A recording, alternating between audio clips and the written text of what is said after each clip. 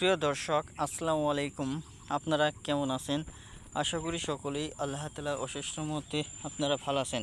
প্রিয় ভাই বন্ধুরা, আজকে আলোচনার বিষয় আপনাদেরকে যে একটি জমি দেখাচ্ছি। তো বন্ধুরা, এই জমিতে কিন্তু দেখতে পাচ্ছেন একটি কৃষকদের জমি। তো প্রিয় ভাই বন্ধুরা, কৃষকরা কিভাবে ধান চাষ করেছে, ধানের যে চারা দেখতে পাচ্ছেন, এগুলোকে গাছি বলে। তো এই গাছিগুলো কিভাবে রোপণ করেছে তা আজকে আমি এই ভিডিওটির মাধ্যমে বলে দেব। তো সর্বপ্রথম ওই যে বন্ধুরা একটি ট্রাক্টর দিয়েছে দেখতে পাচ্ছেন। তো এরকম ট্রাক্টর দিয়ে আপনাদেরকে জমিকে চাষ দিয়ে নিতে হবে। তো তারপর বন্ধুরা আমি দেখাচ্ছি।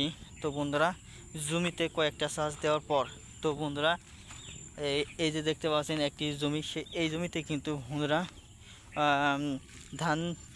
ধানের চারা রোপণ করা হয়নি। দেখতে পাচ্ছেন বন্ধুরা, এই যে জমিতে ঘাস রয়েছে। তারপর বন্ধুরা এই ঘাসগুলো আপনাদেরকে পরিষ্কার করে নিতে হবে। তো কীরকম পরিষ্কার হবে? এই যে এরকম পরিষ্কার হবে। তারপর বন্ধুরা পরিষ্কার করার পর আপনারা কী করবেন, জমিতে সার প্রয়োগ করবেন, কিংবা বন্ধুরা জমিতে বিভিন্ন রকমের ভিটামিন প্রয়োগ করবেন। তো প্রিয় ভাই বন্ধুরা, তারপর আপনারা ক্ষেতকে অর্থাৎ জমিকে মই দিয়ে মাটিগুলো সমান করে নেবেন। তো তারপর আপনারা এই যে এরকম অনেকেই কিন্তু বন্ধুরা এই ধান গাছের চারাগুলো তারা ঘন ঘন রোপণ করে। তো বন্ধুরা আমি আপনাদের বলবো এরকম পাতলা করে রোপণ করতে হবে।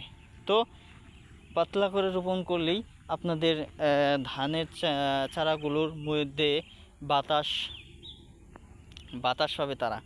তো তারপর থেকে সেগুলো দ্রুত বেড়ে উঠবে। তো এই ভিডিওটি কেমন লাগলো তা অবশ্যই কমেন্টের মাধ্যমে জানিয়ে দেবেন। ধন্যবাদ আপনাদেরকে।